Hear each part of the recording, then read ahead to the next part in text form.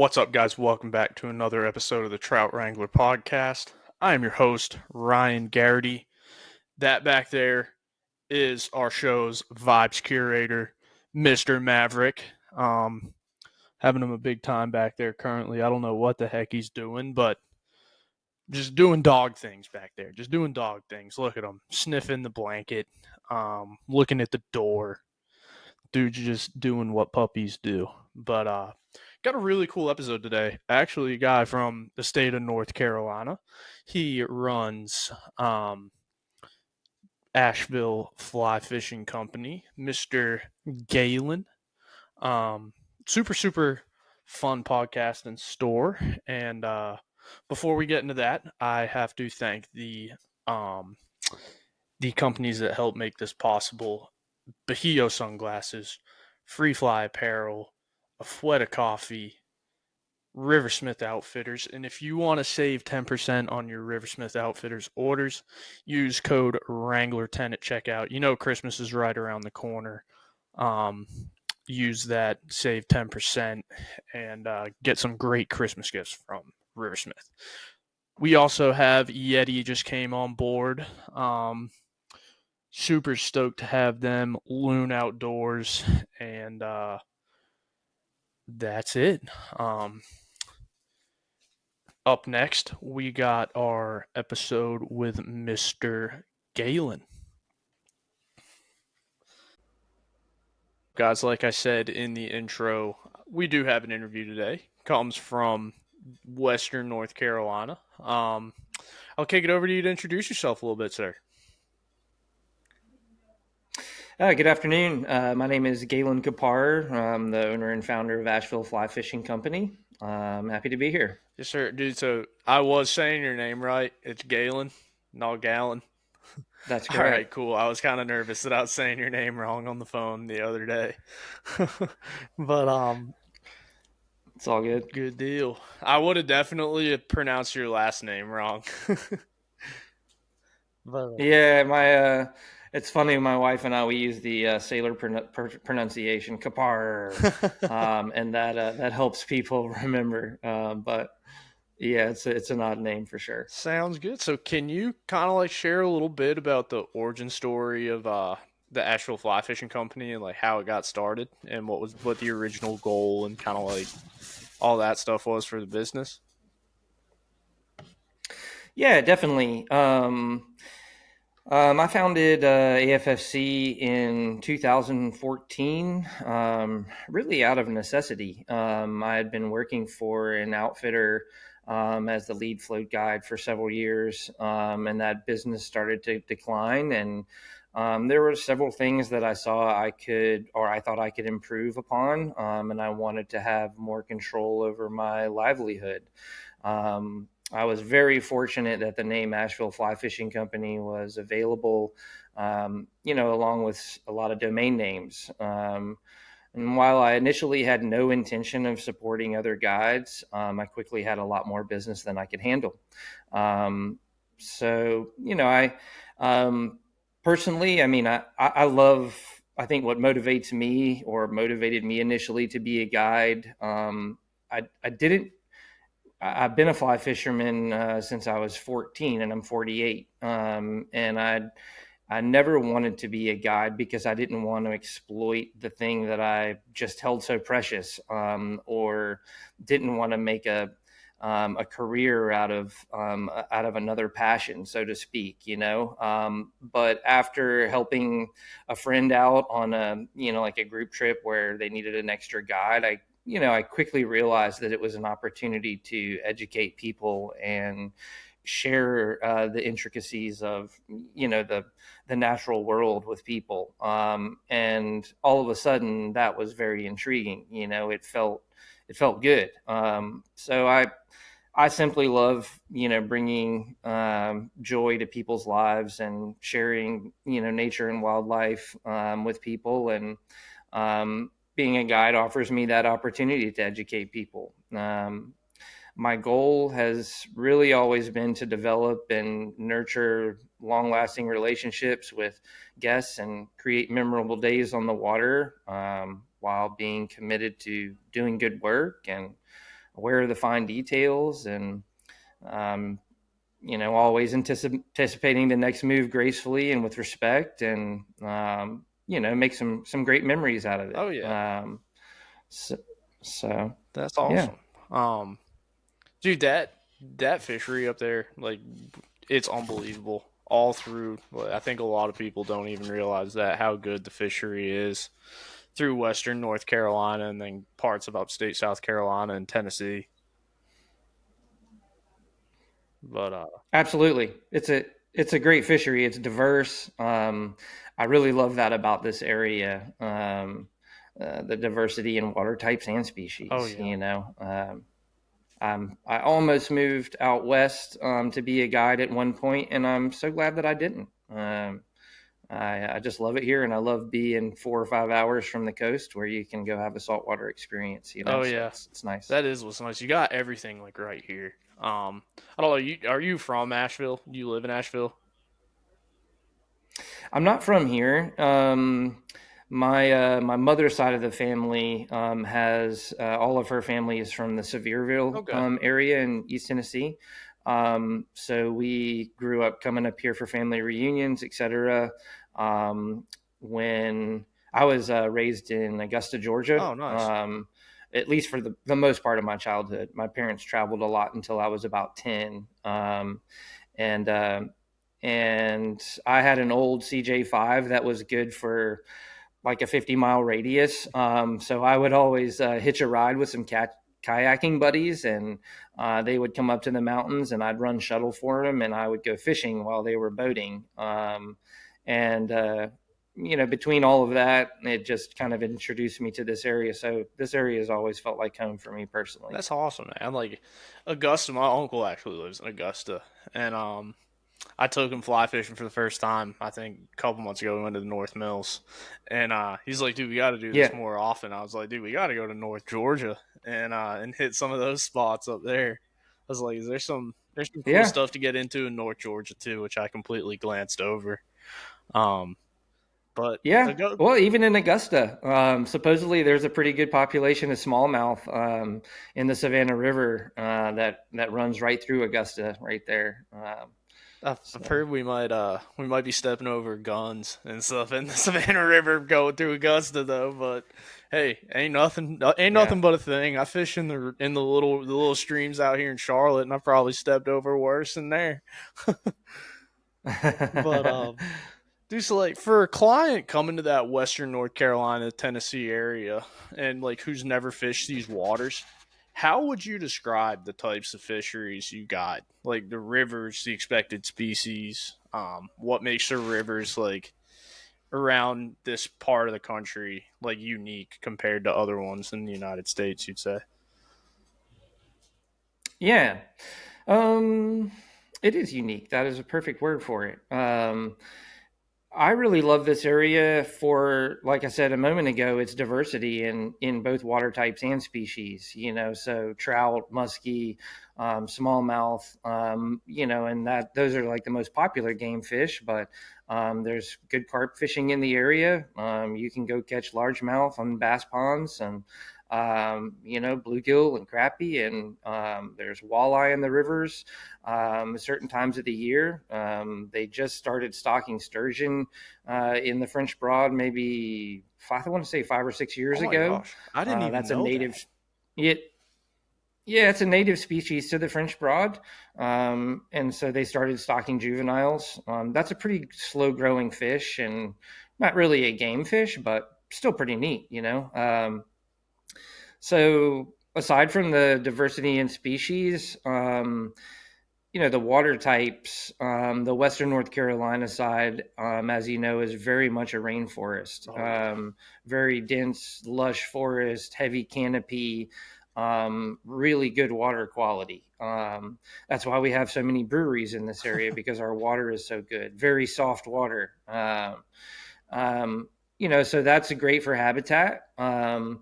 And Pisgah National Forest, we can thank the Vanderbilts for being the first conservationists in the area, and putting that foot forward.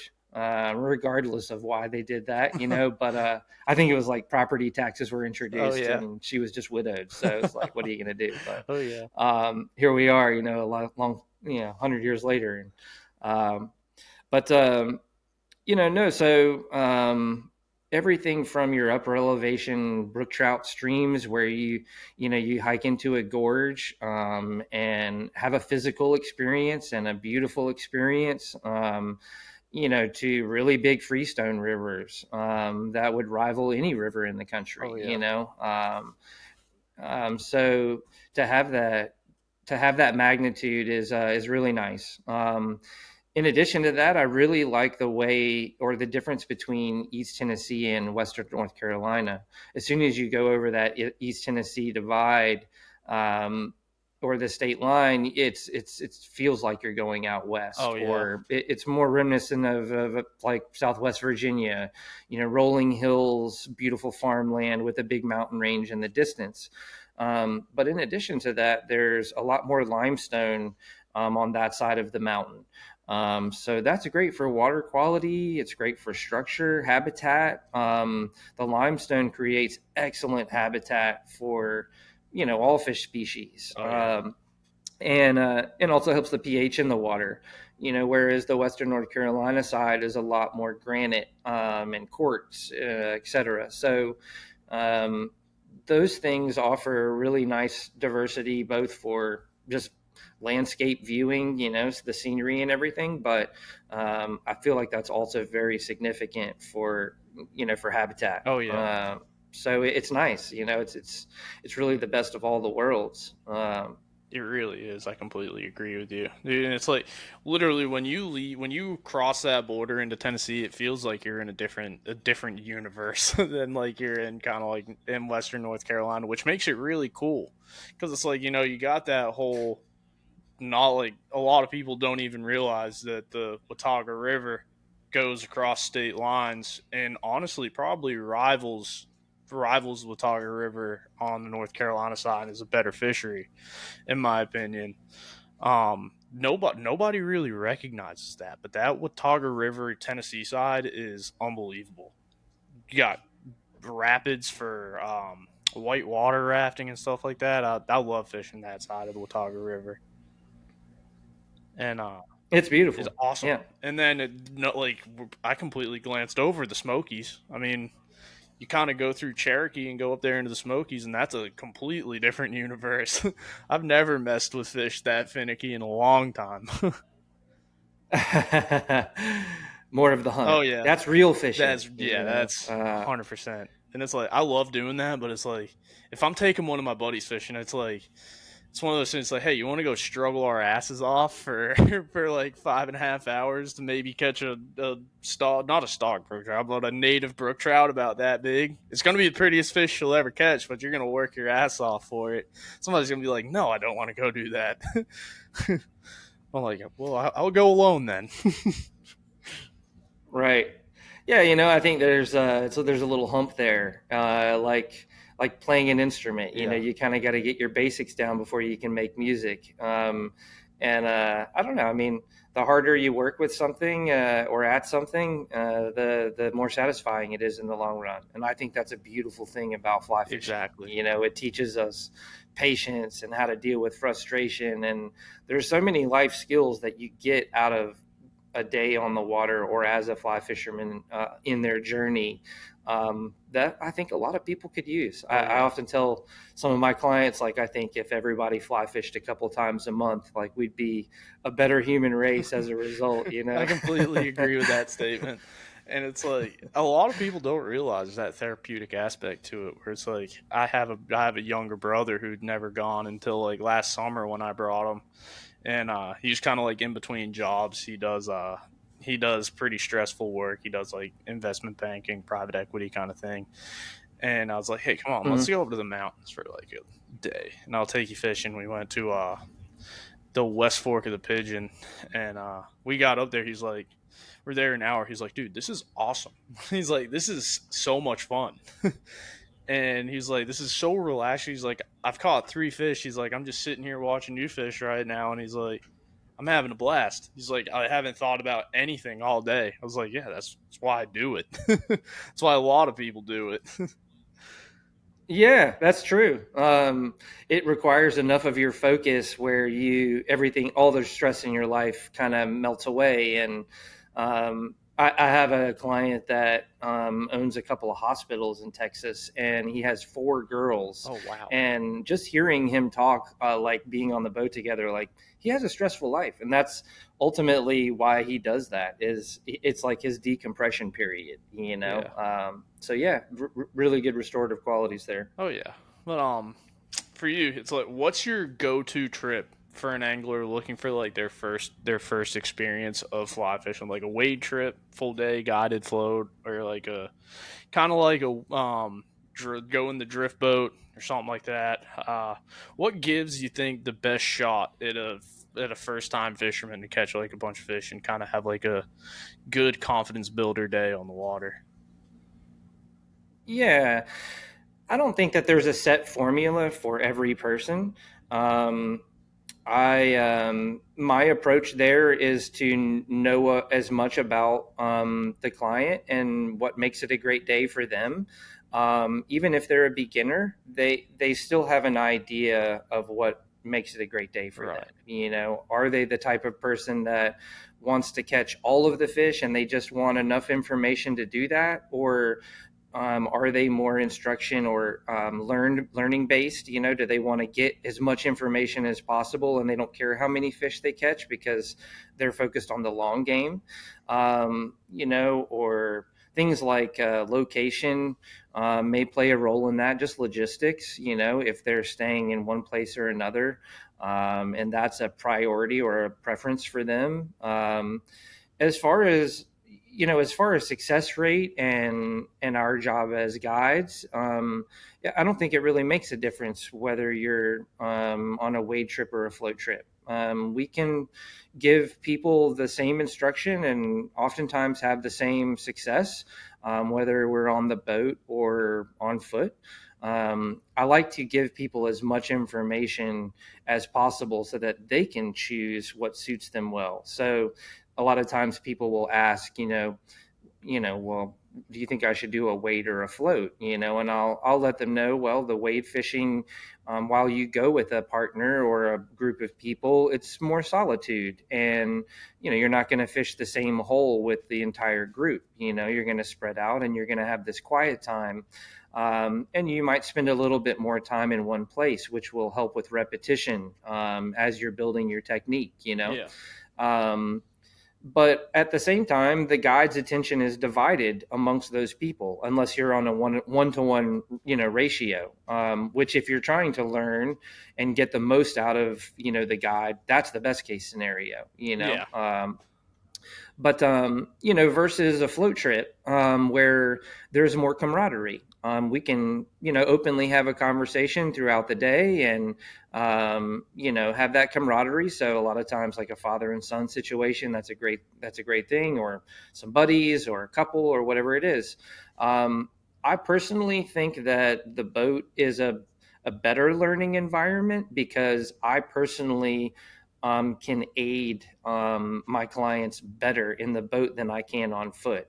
If they can't physically get into a spot where they have to be able to make a cast, then we have to go find another spot. Whereas in the boat, I can do a lot to help them and assist them and get them closer if I need to. If they're having trouble, with one of the techniques, there's a lot that I can do in the boat. In addition to that, I think when instruction comes into play, if one person does something correctly or incorrectly, then the guide comments on that, then both people benefit from that situation. And so maybe the learning curve is a little bit faster. So yeah, again, I don't think that there's a set formula. I really try and understand what each person is trying to get out of the experience, give them as much information as possible and give them some imagery, etc. And ultimately let them make the decision. Right. That's a great point you make about the drift boat.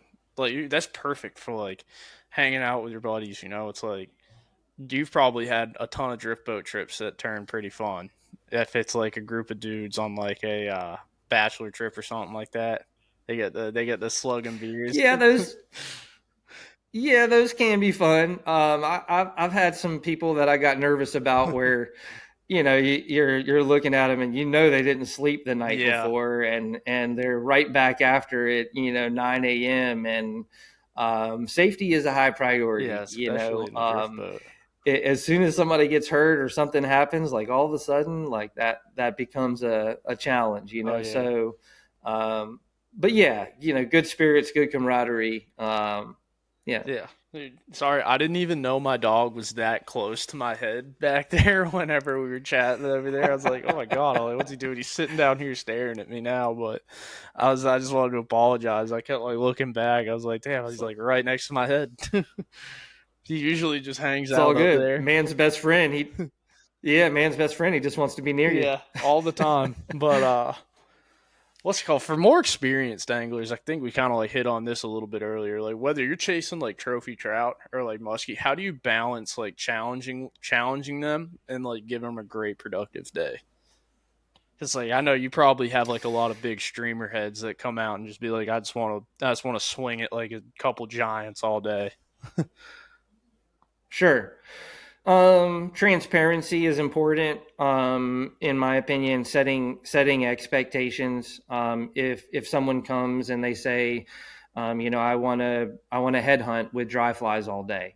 Well, they're asking for a quality, not a quantity kind of thing. I mean, if we get it done right out of the gate and they're lucky in that way, and the fish are doing their part, then sure, that can easily turn into a numbers Oh day. yeah, But it's a technical fishery. Like the tailwaters are extremely technical, even more so now that there's this much oh pressure. yeah, It didn't used to be that way. I feel fortunate to have been a guide on those rivers when it was a lot different than it is oh now. yeah, But so it's very technical. If you have to have good oh sticks. yeah, You have to have people that can cast and also take instruction well, because while they may be an advanced angler and they fished all over the world, every fishery is oh unique. yeah, I mean, in my experience, like our trophy fish on the tailwaters, like you have to have downstream presentation, yeah, and if you can't reach cast, then you're going to spook a lot of fish trying to mend the fly before it gets to the fish. Little things like that. So, again, like that just comes down to the conversation, the preliminary conversation. I try and understand what the person wants out of the day. If they're a numbers person and they want to catch as many fish, but they don't care how, then that helps me help them. Helps me serve them better. If they're a headhunter, I have a few guys that will not nymph fish. yeah, They don't have any interest in watching a bobber. They are they're more interested in the challenge. The bigger the challenge, the more the payoff. yeah, They've caught enough fish in their life where it doesn't matter how many fish they catch. They're after this unique experience where the fish does something interesting, or you have to make a tricky cast into a spot, and that's how they get their kicks. yeah. I'm that way to a degree as well. So we all, after time, develop our preferences, and maybe there's some stubbornness there. I mean, if if the fish aren't rising and they're not doing their thing, and you still have a person that wants to dry fly fish, but that it's not going to be very productive, that's a little tricky. Yeah. Those days can be difficult, but they know that. So it's more about, because they're experienced, because they're veteran anglers, they know that so many variables have to line up in order to provide this opportunity for them to have a shot. Right. Some days it's easier than others. It's some Tuesday can be completely different than Wednesday. That's how technical the rivers are. Oh yeah. Same with streamer fishing. it's an elevated way to fish. It's not only making a cast, but it's also presenting the fly and trying to make it realistic, to get a reaction strike or an impulse strike. So um, that's more elevated. It's more difficult. So again, that's a quality, not a quantity, kind of trip. Yeah. So I think that's important for people to understand, when they're going into, an experience, is to talk about those things, and what does make it a good day for you. What are you after? But once we know that, yeah, the challenge is just there. Yeah. It just provides, is like, there's so many challenges. Even when the fish are rising and gorging themselves on a carpet of bugs, you still got to get it in there the right way. Yeah. So It's one, dude, like, I hate it when I'm up there. I'm like, oh man, I'm like, dude, there's a hatch going on and they're just absolutely smoking everything that's coming in front of their face. And it's like, I go and make my first cast and it is the worst drift of my life. I'm sitting there, I'm like, this is a horrible drift. I'm hoping one child like comes up and just eats it, and they just look at it, come down, right back down. I'm like, damn, man, that's like, it's like I thought I was gonna catch one right there. I knew, I always know it's like a crap drift though. But it's like, you're sitting there. I'm kind of, there are days where I'm like hoping. I'm like, damn, man. I was hoping they eat a dry fly today, and don't get a yeah, bite the whole day. And it's like, that's me being hard headed. And it's like, that has to be kind of tough. Like, that's why I asked that question. It's got to be tough if there's a guy that's like, I just want to catch one fish on a dry fly, or I just want to catch one like 25-inch trout on a dang streamer. That has to be a tough like conversation to have with somebody. Like, if you have it, like, listen, man, like, the conditions might not be right for you to be stroking them on a dry fly. I just want to put that out there. yeah. I don't know. It seems like the majority of guides really push the nymphing Yeah, game because it it produces, does. and there's pressure there for them to put their people on fish, and I get that. But personally, when I get a headhunter that's a dry fly purist, I love that. Yeah, I love that challenge. And if you know your fishery well enough, you can still make that happen on tough days. I think that there's a lot of people that say like, "Oh, the dry fly fishing is not great," on the tailwaters, yeah, but they're opportunistic fish. If you have an idea of the bug that they want, it might not be the exact one, but if you know where that fish lives and you do make good presentation, there's a good chance that that fish is going to eat. yeah, So knowing your fishery really, really well, knowing where fish specifically live really well, like that, that will make or break those days. It has certainly done that for me, yeah, where there's not a lot of fish rising, but because I know where fish live, and the guy can throw and make good presentation, it saves the day. yeah. But I like that personally. One thought for me is, the all the different ways that we catch fish now. Nymphing, euro nymphing, tenkara, streamer fishing, dry fly fishing, all these different kinds of techniques. Um, the dry fly purist, they're not putting as much pressure on a river as a euro nympher, Right. because they're patient and they're waiting for that unique opportunity. So I think it's important, and maybe that's more of a conservation kind of based thing, but I think it's important for anglers to realize that, how many fish do you have to catch before you're good for the day, Yeah. to have that long-term view, and not be so short-sighted, Yeah. but that's just me. Dude, like, especially in the summer, like, I see that in the summer a lot where people are like, dude, when's enough? Like, you don't have to go out there and blast 110 fish on like a delayed harvest stream, because it's like, you put that fish back. We've all seen it where that fish will just kind of like hold there at your feet for a few minutes and Yeah. it won't move. It's like, it's crazy. I'm like, man, I've had days where it's like that, but it's like kind of like tail end of the stalking. I know they're gonna stalk again. Like, in another few days. But it's like right there at the beginning where you'll have people out there. Have you seen it where there are people out there with a cast net on some of these places? I have seen that before. I saw that on the Davidson River Yup. 20 years ago. Dude, I've seen it. I've seen um, it twice this year. wow. I've seen it twice, and I called the game warden both times. And I was like, "Hey, man, there's like a That's guy with a good. cast net down here. Like, they're like, oh, we'll send somebody out there." I was there for another 4 hours, and there wasn't one out there. It's like, all right. I was like, I guess we'll just let this happen. But that I just look at that. I'm like, I see both sides of it. Like, if you're out there at a delayed harvest stream and you're throwing a cast net, like, there's got to be a reason why. Like, I kind of like, it's like you've put. I know, like, people have to put food on the table sometimes, and it can get to like an extreme. But it's like, man, like, you can do that with a spinning rod too.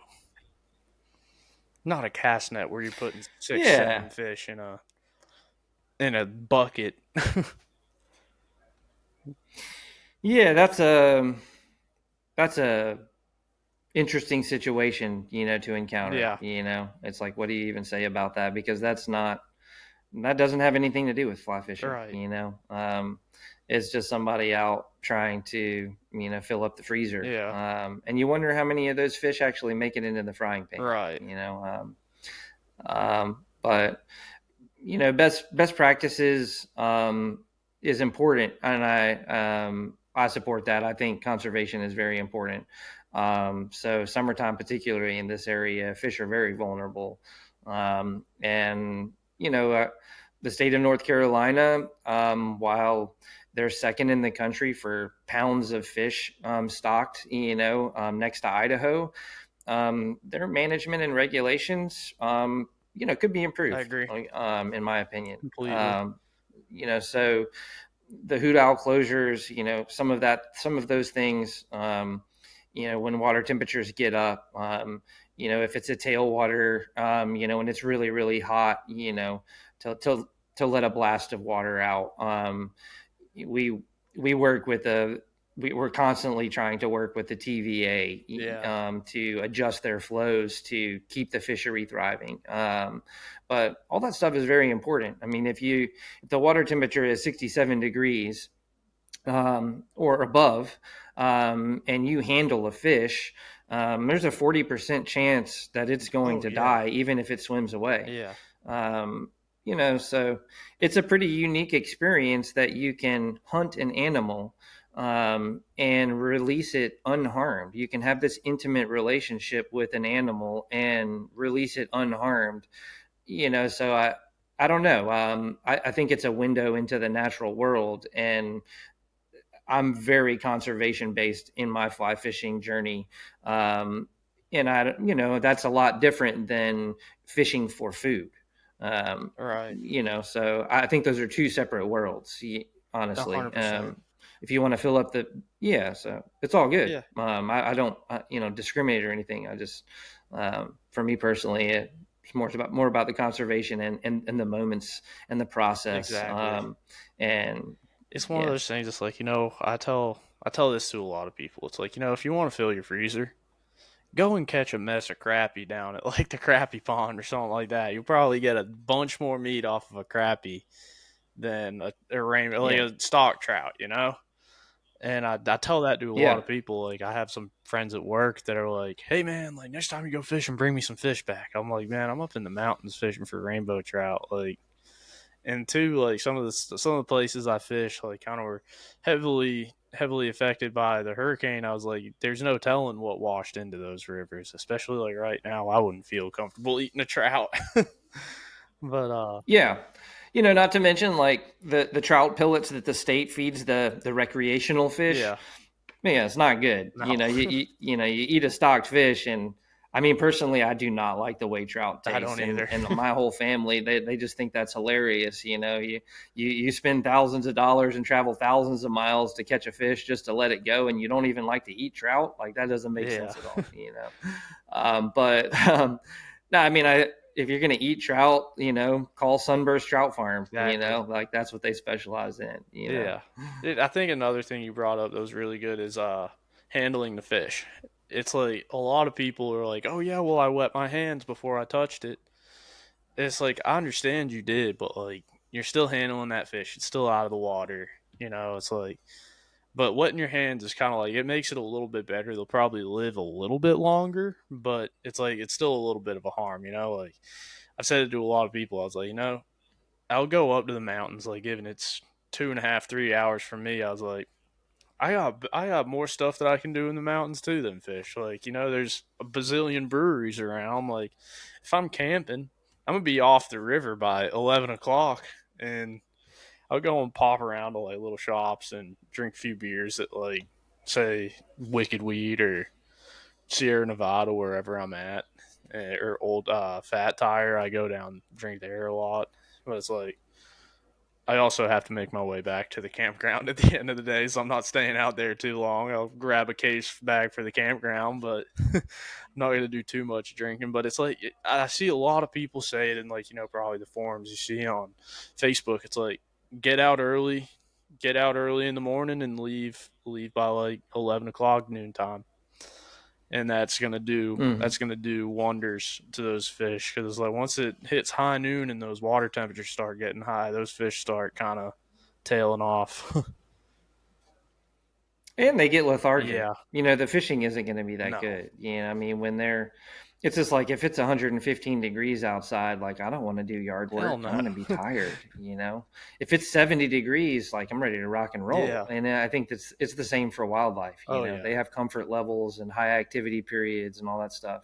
But um, yeah, fish handling is important. I think with the fly fishing industry getting so popular, there that's very important. yeah, I mean, humans have a big impact on the environment, yeah. and it's not an unlimited resource. So that stuff is important, and I encourage everyone to be aware and just do the research of what's good and what isn't good. Oh yeah. I think like where do you think as someone we're talking about it now, we both fly fish a considerable amount. If somebody wants to like look up something, if they don't have an understanding about like the whole thing, where would be a place where you would look to kind of, you know, give yourself that awareness, I should say. Like what website, a book or something like that. Um, yeah, a reputable resource. Yep, that's what I was meant to say. For sure. Do your good research. Don't trust just some random person, on social Right. media, trying to get clicks. Do good research. That information is in so many places. Um, I'm part of the Blue Ridge Guide Association, and we have recently created a resource page with some of that stuff. I also know that there's another guide association in Western North Carolina. I would assume that they have something similar, but that information is out there. It's not hard to find. Um, but yeah, do good research. I think fly fishing is part of that. It's like part of the process. Yeah. It's most people now like follow the blue dot on their phone for directions. Yeah. Like how many years have we been doing that? But I love reading maps. I'm it's like fly fishing is pretty much the only thing at this point that still requires me to like pull out like a real Yeah. map, and I love that and miss that. And I have all these old gazetteers with like highlighted spots on them and little circles and arrows, and Yeah. so it's part of the research. I It helps you get excited about getting out oh there. It yeah. helps build that great anticipation. I love getting those giant maps of like river systems and like watersheds and stuff like that. Like they got a bazillion of them for Western North Carolina. Like they got one for like the French Broad River Basin or something like that. And I just like looking at them just to like figure out places, or I'll go on like trout routes and turn off all the stuff other than like roads and just look through there and be like, you know what? Like, I'm just gonna kind of like go up there and drive around and burn gas until I can find a place to fish. I've done that so many Yeah. times, and it's like there's not many people that'll do that anymore. Like they'll go on social media and kind of like go to a place and be like, all right, let's see how many people are catching fish here. Like you brought it up a second ago, dude. Social media is doing some good for the industry and then doing some bad, dude. Like the whole grip and grin thing, we were just talking about fish handling earlier. Like everybody's got to have like like a photo shoot with every fish they catch. It's like, man, can we not like just go out and fish and not post every single fish you catch anymore? Like 95% of Yeah. the time, I'm like nervous about dropping my phone in the water, so I'm not even reaching into my waders to grab it. Yeah. Yeah. I have mixed feelings about I do that. too. I'm not, social media is, boy, we just don't even know what effects it's really going to have for a while. I think for years, Yeah. but it's drastically affecting our culture, and um, it seems like one thing it certainly plays a role in is like the quick fix. Yeah. That that you know. Um, you can take all these shortcuts. You don't have to pull out a map. You Right. don't have to do the research. You pull up an app and like it tells you where to go, or you look online and you can figure it out. So I don't know. I wouldn't. While that's fine, I would also encourage people to immerse themselves in the entire journey, Right. because there's so much there that you will miss if you take the shortcut. And in my experience, like those are the things that people truly fall in love Oh with. yeah. It's like, how many fish do you catch, before you're like, well, okay, this is great and all, but I'm kind of bored with this. Yeah. I'm ready for a new challenge. Exactly. I mean, that's ultimately like what fly fishing is all about, right? Yeah. It's like the hardest way you can catch a fish. Exactly. So Dude, I think another thing too is it's like, it's one of those things, like taking a shortcut. Like, I love sitting around, like, cutting up, drinking beers with my buddies and telling fishing stories. It's like, at the end of the day, it's like if you know exactly where you're going, where you're stepping when you're going, when you get your waders on and stuff like that, there's no good story at the end of it. It's not like, what, like, I pulled up somewhere wrong. I had no idea where the hell I was. Like, I ended up having to stop and use my socks as wipes in the woods because I got lost and there wasn't even a water source anywhere. Like that actually has happened to me. I pulled up somewhere north, like, way, way far away from this section of the North Mills I was trying to fish. I walked like miles and miles into the woods, almost got lost. But it's like, you know what? At the end of the day, it's like, I was like, I just got to embrace the struggle at that point. Like, got a good story out of it. Wasted 2.5 hours yeah, you'll up never there. forget that. I'll never forget it. And it's like, I still tell that story to this day. I ate like a bad McGriddle at the McDonald's attached to the marathon station up there on Malfunction Junction, and had to stop, almost use a leaf, and forgot I had an extra pair of socks in the car. But dude, it's like, see, if you're taking a shortcut, you're not going to have a near as good story at the end of that. And then at the end of the day, I did end up Yeah. catching fish on the right section of the North Mills River I was looking for. But let's see, man. Yeah, this has been a great episode. Honestly, thank you so much for coming on. Um, Well, thank you for having no me. problem. Sorry, I just had to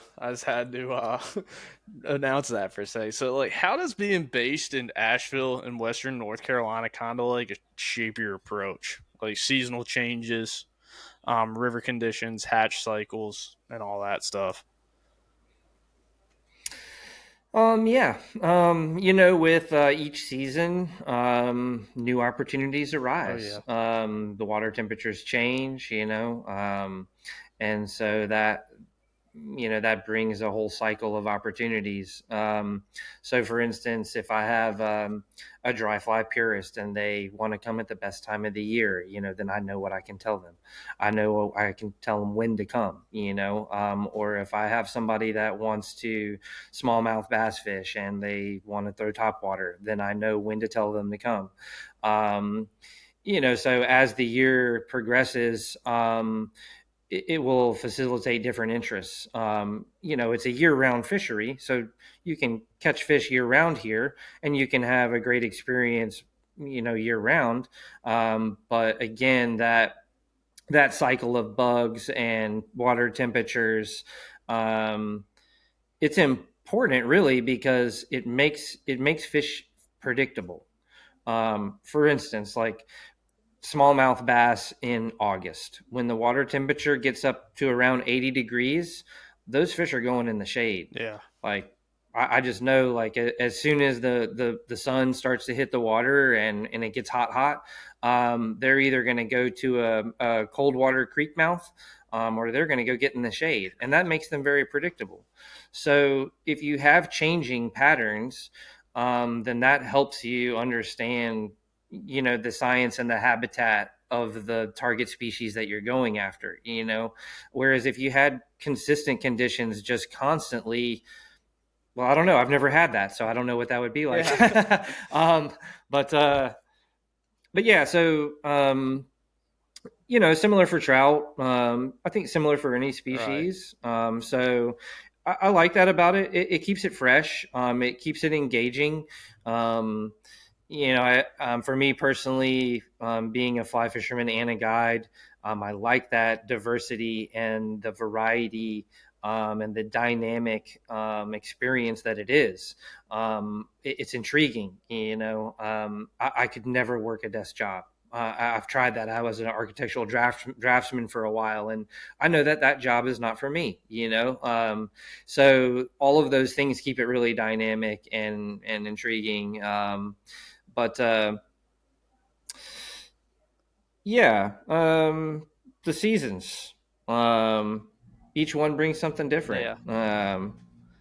It's Yeah, fun, so it's dude. It is like fun to like, I look at like every season, especially when I'm fishing Western North Carolina. It's like a puzzle. You just got to put the puzzle together every season. Like, I hate winter fishing because I feel like there's a bazillion different puzzles in the winter puzzle. It's crazy, but it is so much fun. Like I could like I lived in Florida and I did a lot of saltwater fishing down in Florida, and it's like that's just one big puzzle. I'm not saying it's an easy puzzle, but it's like it's constant. It's kind of like you're not gonna have the same thing every day, but it's gonna look the same. It's you're gonna yeah, have the same thing with like a different route. You're gonna travel the same place with a different road essentially. Like you're gonna have to go through like 1,000 flies to try and figure out how to catch a juvenile tarpon that's got a brain that big. But yeah, like that's what being back in North Carolina have like so much because there is just seasons and it's not like kind of like monotony. But what's one? Oh, yeah. my It bad. is Sorry, fun. keep going. That's my fault. No, it's all good. Keep going. What were you about to say? Oh, just like you were saying, like each season does bring opportunities. There's the seasons for dry fly fishing. There's the seasons that are maybe better for smallmouth. There's a season that's better for musky. So it's nice because it does keep it Yeah. fresh, regardless of your experience Oh, level. exactly. Do you mess with them? Each thing will teach you something new about the other thing. Yeah. So Do you mess with them yeah. muskie a lot? Personally, I don't. I have. I love rowing the boat on a musky day, but I would rather fish longer into my life than burn out my shoulder throwing a 14-inch fly at the chance of maybe seeing a fish. But I understand the allure there, and I do appreciate it very much. We do musky trips, and I have people that are specialized in that. But yeah, for me personally, it's not my species. Yeah. It's I feel like, I enjoy smallmouth and trout, and a lot of saltwater species, but I love to cast. yeah, So I love to cast. So I'm not. I love to throw flies for smallmouth, and dry fly fish. So yeah, dude, I got a dang cicada fly stuck in my. I just got it stuck in my carpet. That's what I was leaning down there, but yeah, I feel like people either hate or love those muskie. Do like, and there's really no in between. Everyone I talk to is either like I love them, like I love rowing the boat when somebody's trying to catch them, or it's like I hate them. I don't want to mess with a muskie ever again. yeah, I think it takes a certain kind of person to appreciate that. Yeah, You have to have a heightened level of patience. I mean, for instance, if you're out there for a 6 hour session and you're casting diligently for 4 hours and you don't see a fish, and you let your focus slip for 1 second, it could happen in that 1 second. yeah, So it is a true test. It's a true mental test, and physical test. This is similar, I think, to maybe a lot of athletes, like the golf game, yeah, being from Augusta, Georgia, like, golf can really get in your head, and it's psychological as much as it is physical. And I think muskie has that aspect. It's a deeper appreciation for the process, knowing that it's just like that quality versus quantity at a heightened level. yeah, Um, at least around here. yeah, If you go to Canada or Wisconsin or somewhere, then your odds are probably better. yeah. That's like one of those things. It's like, yeah, they got them in, I think, the French Broad, right? And but Hmm. apparently the New River has them pretty good too, which is insane up in Yeah, Virginia. And yeah, they said that the New River has like a more plentiful fishery for them. But yeah. I don't know. I haven't seen those numbers. I'm sure that they vary. yeah, And rivers bounce back and oh forth. yeah, You hear lots of stories like, oh, this fishery right now, like the slots, like the average size is like in this this slot limit, or whatnot, because of years of spawning. um, the way that works out, yeah, your density, your breeder fish versus your juvenile fish, and which ones spawn, etc.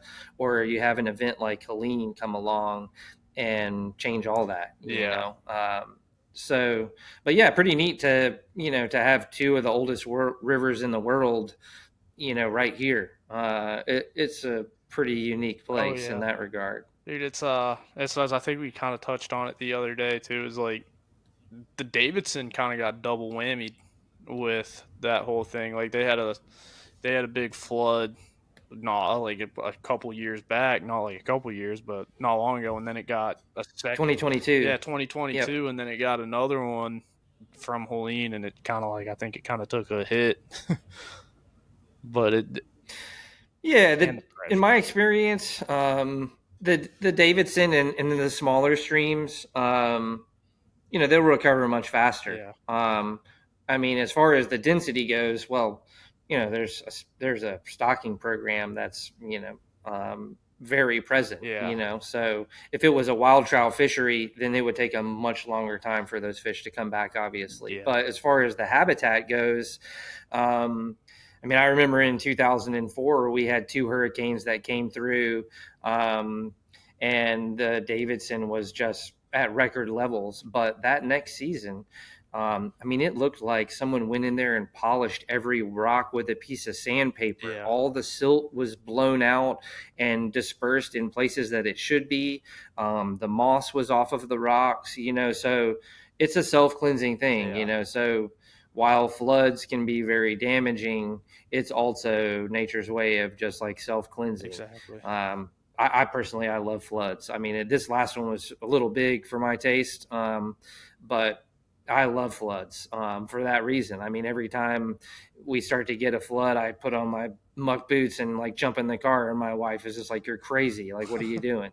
But it's neat. I'm fascinated by hydrology. I'm not a kayaker or anything, but I have a lot of respect for those guys and just love that common denominator of the fascination of hydrology. So, but yeah, I mean that river will come Oh back. yeah. I think pressure is probably the biggest Oh yeah, factor with dude. that river, not the flow. 100%. It's like But nevertheless, like every person from Charlotte that like I've talked to that fly fish, I'm like, oh, where you been fly fishing? Like, Davidson.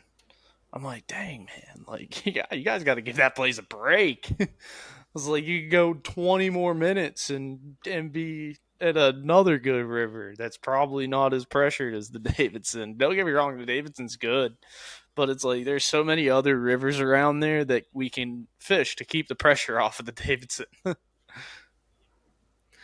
and that's a good point. I mean, I remember a long time ago, I did a trip with on the Gulf for redfish, and I had a veteran guide who was born and raised there, and we were in this little creek, and I missed a really nice fish, and so the next morning I asked him, I said, can we go back to that spot so I can like get another crack at that fish? And he was like, oh no, I won't touch that spot for a couple weeks, Yeah, and like ultimately, like that's very mature. yeah, Because, and I think that's very important as a guide. Like if you pound the same water every day, the same spots every day in the same way, you are educating those fish, you're conditioning those fish in the same way that you would condition a dog not to jump on the right. couch. You catch them in the act, you pop them on the nose, they're going to figure it out. And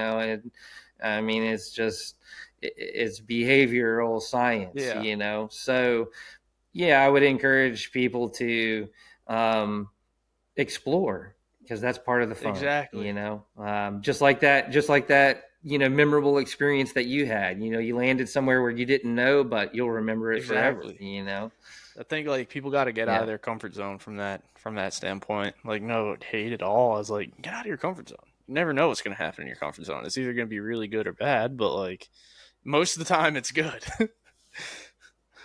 yeah, But for sure. Yeah, it's a time of heightened awareness, and like all the things can happen. yeah, Yeah, it's yeah, like it's one of those things. It's like, you know what? It's like I might be out in the middle of the woods where there are bears, but it's like, I do have a 9 millimeter in case that happens, or bear spray. I'm not going to shoot a bear with a 9 millimeter. That's like bringing a knife yeah, to a gunfight at that point. But and that's a little bit illegal, I'm pretty sure. But um, yeah. it's it is I've nice. never met a black bear that was aggressive. I Honestly, haven't I either. know that it happens occasionally, but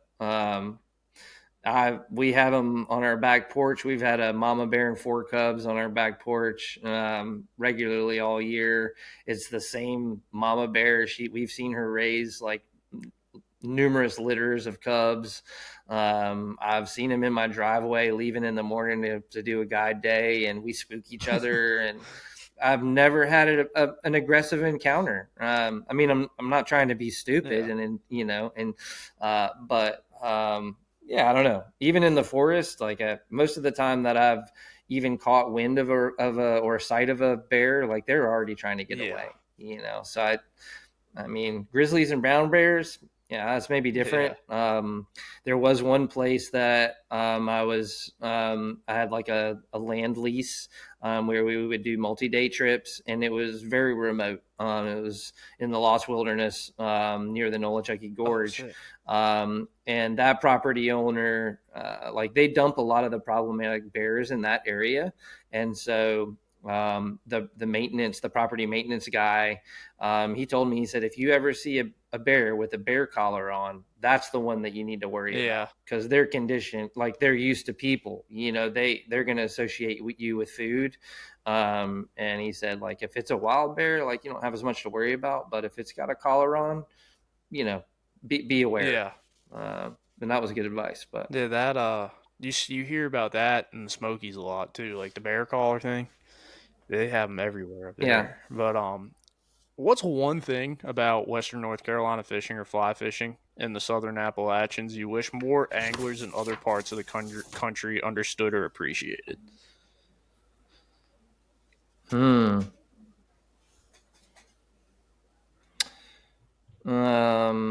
That's a good question. Well, our population is very dense here.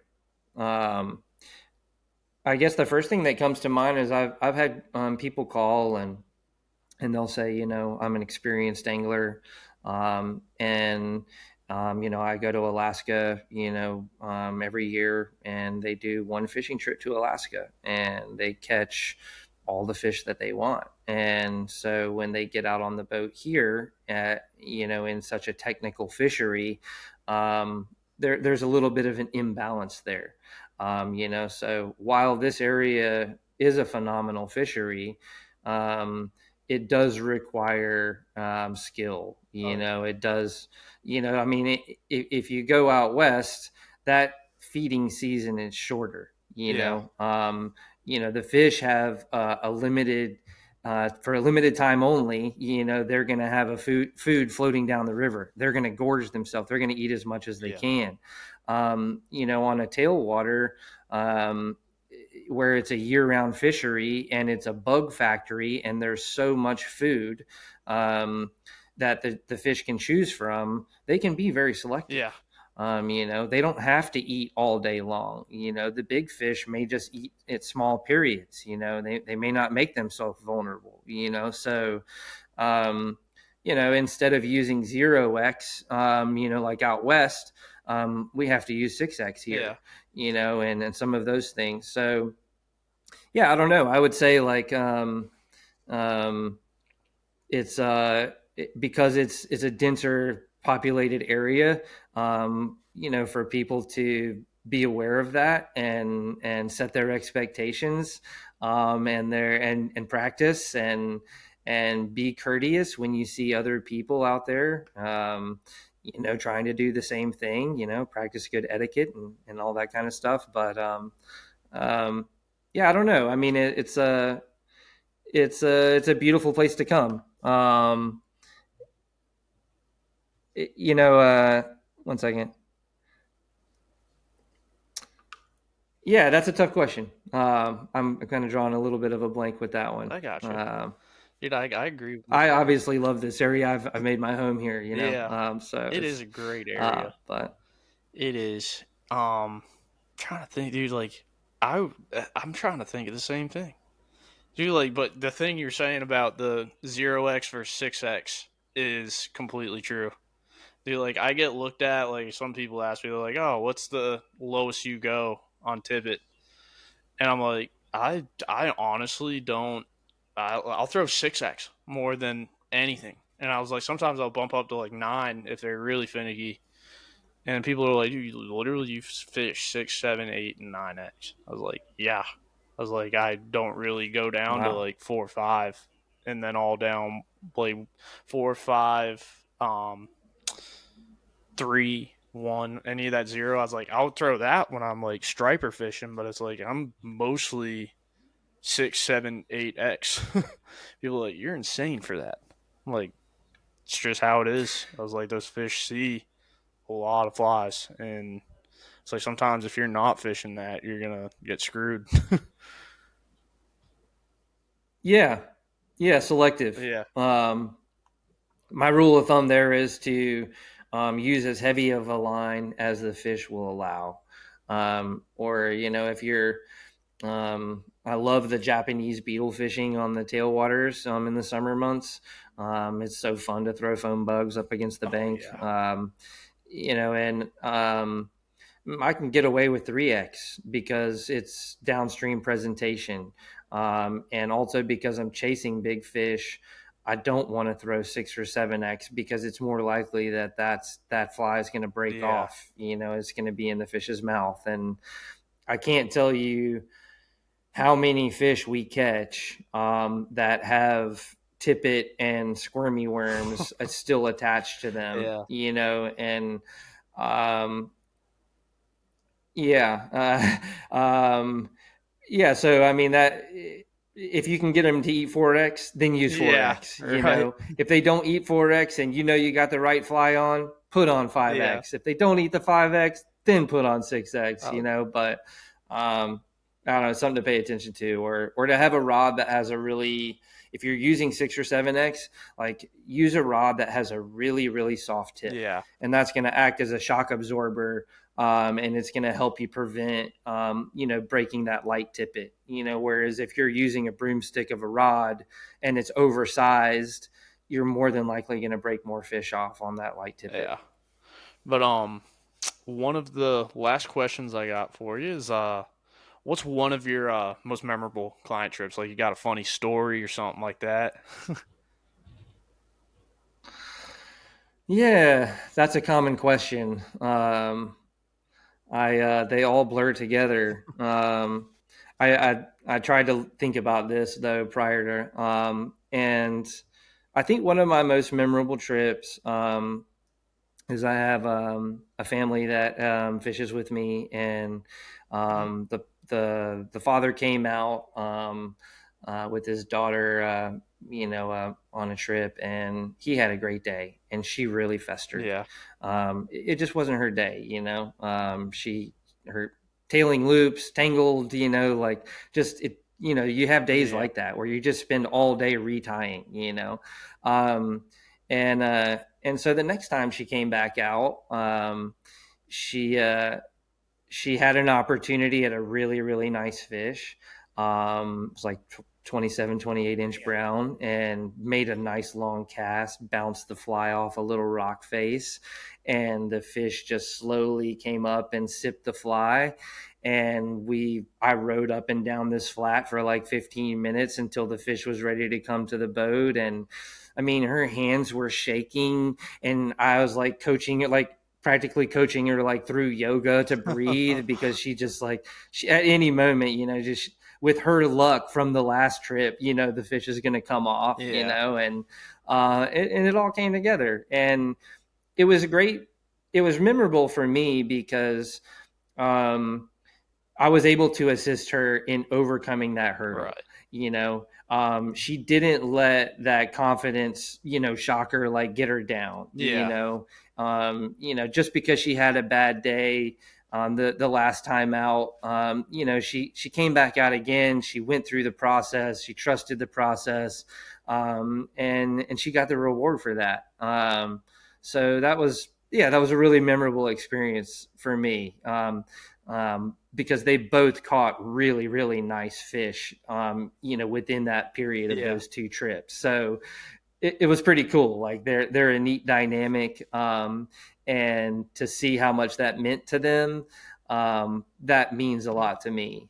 Um, and that's ultimately, I think, why I do what I do, is like the relationships that Yeah. you make and the meaningful times. Like I've had I had a guy that I'd been taking for a long time, and he had a stroke, and he didn't come fishing for a season and a half, and he finally came out, and he wasn't able. He didn't have any control over part of his body, and it took a lot to try and get him to catch a fish.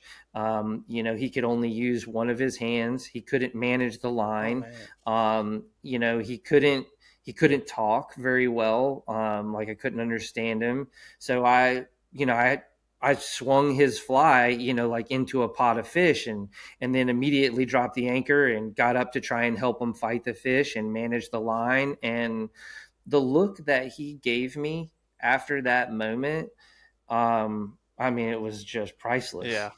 It's like I knew how much it meant to him, because he was an outdoorsman. He is from Australia. Like he used to fight, barramundi Oh fish, like in man. the mangroves. Like he had all these crazy stories about these adventures that he had. So I know that just meant the world to him. And I've had so many experiences like that where you make a difference in people's life.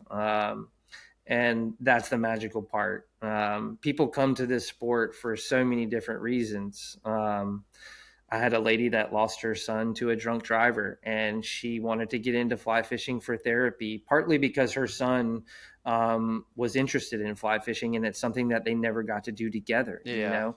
And so I got to experience and help that person, you know, mourn their son and like go through this experience, and get the benefits of fly fishing. And you know, I'll just cherish that forever, you Right. know. There's no amount of money that would equate to that, you know. That's ultimately why I think I do what I do. 100%. The pandemic, we were closed for like 3 months, and I quarantined with one of my other guides, so that we felt safe about going fishing. And you know, we kind of broke the rules a little bit I there, did too. and we fished for like 4 days a week, you know, for 3 months. And after that period, I caught all the fish I could ever want to catch, you know. And it really showed me, after being a guide for over 10 years, how much I really enjoyed guiding, like how important that was in my life. It's something to catch a fish on your own, but it's so much more rewarding to help someone else, you know, in that endeavor, and get to bring joy to their life, you know. So Yeah. it's, I don't know, you have to appreciate and love the gift of giving, I, for that's sure. awesome. Dude, but Yeah. this is my last question that I always have for all my guests. So I got a running playlist on Spotify, and all of my guests give Okay. 5 songs for the playlist, and then I give 5 songs. So Okay. what are your 5 songs that you want to have on the Trout Tunes playlist? I'll send it to you after we get off here. Okay. Ooh. All right. Let's see. Um, how about Bob Dylan's "Meet Me in the Morning"? Um, Paul Simon's "Run That Body Down." Sounds good here. Um, Uh, um, Roger Miller. You can't roller skate in a buffalo I herd. love that song. Um, um, Billie Holiday's "Solitude." Um, Miles Davis's "Blue and Green."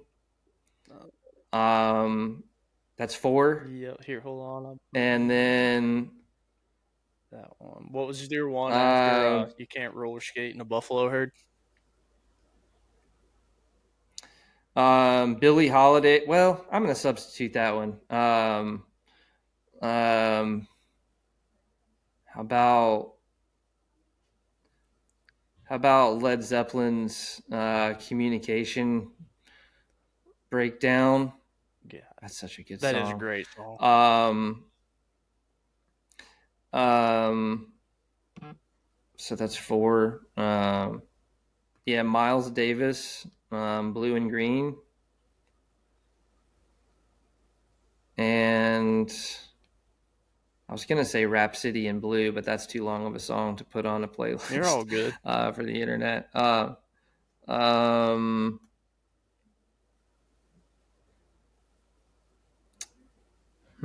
That song's fine. I got last like song. 12-minute long Grateful Dead songs on it. Okay, yeah, I have a diverse music I do interest. too. I did that for a long time, so it's yeah, it's great. Music is great. Yeah, I love it, dude. There's so many parallels to fly fishing and Oh music. yeah, dude. Like I got this hat. You've probably seen it from Southern Culture on the Fly. It's a widespread panic one. It's got Mikey on it, but instead of a guitar, he's holding a fly rod. It's my favorite hat. Yeah, But cool. the ones that I had China Cat Sunflower, Grateful Dead. He's Gone, Grateful Dead. And then Hot Love and the Lazy Poet by Goose the Band. Two Trains, Little Feet, and then the Saint Stephen, the Tedeschi Trucks version. Yeah. Nice. But that's all I got for you today, man. Are there any last thanks and plugs you want to give? No, not really. Maybe to the Blue Ridge Guide Association. For anyone wanting to support conservation, as well as Mountain Shrew. Mountain Shrew does so much for this area. It's a wonderful group of people, and they do such great work. Those two organizations are very, very important. And WNCW, because they're awesome people and they keep us entertained on the radio all day. Oh yeah, Uh, to and from the AB. but But yeah, thank you for having me, and yeah, it's been a dude, pleasure. yeah, thank you so much for coming on. I've had a blast, dude, just chopping it up, talking fishing, talking everything, man. I greatly appreciate it. I had to click stop here to let some tracks upload. All But right. dude, so when what's up, guys? That was our episode with Mr. Galen. Thank you all for listening. If you would do so, leave a review on Apple, Spotify, subscribe on the YouTube channel at Rise Flies CLT. And dude, I greatly appreciate everybody who has listened, and I greatly appreciate all the people who are going to listen. With that being said, I will see you guys on Friday. We got a really cool episode coming Friday, so stay tuned for that. And always go check out Wrangler 10 on riversmithoutfitters.com. Save you on some Christmas presents. So, y'all have a great rest of your evening, and I will see you guys on Friday.